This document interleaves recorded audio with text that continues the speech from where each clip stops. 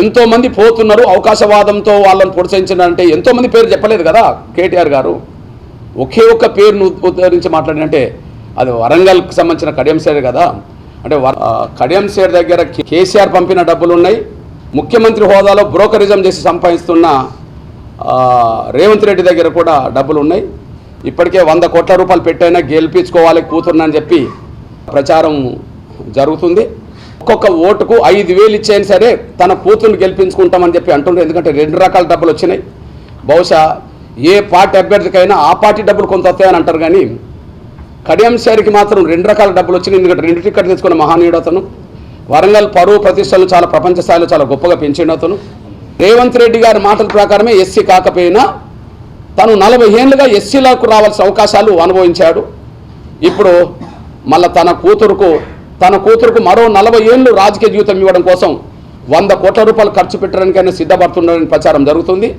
దేవుడి పేరుతో బీజేపీ రాజకీయాలు చేస్తుంది అన్నాడు. ఈ ఎన్నికల రాజకీయాలన్నీ నువ్వు దేవుడి పేరుతో చేస్తున్నావు ఇప్పుడు. ఎందుకంటే బహుశా ఏ దేవుడి గుడికి వెళ్ళినా ఆ దేవుడి మీద ఒట్టేస్తున్నాడు ఇప్పుడు అతను. దేవుళ్ళు కూడా పాపం ఓరు నాయన నువ్వు అమలు చేయకపోతే నాకు తగులుతుంది రా నాయన అనుకుంటారు. ఇప్పుడు సాధారణ దేవుడి మీద ఒట్టేసి చెప్తున్నా నేను పలానా రోజు ఇవన్నీ ఇస్తాను అంటాడు కదా. అరే పలానా రోజు ఇవ్వుతాను అనేటోడికి ఇప్పుడు అడ్డం ఏమొచ్చింది? నోటిఫికేషన్ అడ్డం వస్తే, ఎన్నికల విషయం అడ్డం వస్తే ఆగస్టు దాకా ఎందుకు పోవాలి? జూలైలో ఇవ్వచ్చు కదా, జూన్లో అయిపోతుంది కదా. ఎన్నికలు కూడా అయిపోయిన తెల్లారు కూడా ఇవ్వచ్చు కదా, జూన్లోనే ఇవ్వచ్చు కదా. అంటే ఎవరి మీద ఒట్టేసి రాజకీయాలు చేస్తున్నావు, ఓట్లు అడుగుతున్నావు? నీ మీద ఒట్టేసుకోవట్లేదు, నీ కుటుంబం మీద ఒట్టేస్తలేవు. మనతో ఎట్లాగో దేవుడు మాట్లాడలేడు కదా ఓపెన్గా. ఆయన బాధలు మనకు చెప్పలేడు కదా, మనమైనా బాధలు చెప్పాలి కానీ దేవుళ్ళకు దేవతలకు. కానీ దేవుడి పేరుతో బీజేపీ రాజకీయాలు చేయడం ఏంది? దేవుడి పేరుతో నువ్వు దేవుడి మీద ఒట్టేసి నువ్వు ఓట్లు అడుగుతున్నావు, రాజకీయాలు చేస్తున్నది నువ్వు.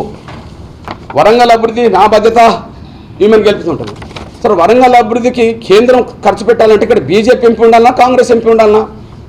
3వ సారి కూడా ప్రధానమంత్రి నరేంద్ర మోడీ గారు బీజేపీ అని విశ్లేషణ జరుగుతుంది. మరి అట్లాంటప్పుడు కేంద్రం నిధులు రావాలంటే ఇక్కడ బీజేపీ అభ్యర్థి గెలవాలన్నా, కాంగ్రెస్ అభ్యర్థి గెలవాలన్నా? కాంగ్రెస్ ఆడ పరిపాలన రాదు, అది అందరికీ తెలిసిన విషయమే. కాబట్టి ఇక్కడ కాంగ్రెస్ గెలిస్తే వరంగల్ అభివృద్ధి జరుగుతుందని ఎవరు నమ్మాల్సిన అవసరం లేదు. బీజేపీ 3వ సారి అధికారం వస్తే రిజర్వేషన్లు ఎత్తేస్తారని ఒక దుష్ప్రచారం చేస్తుండ్రు.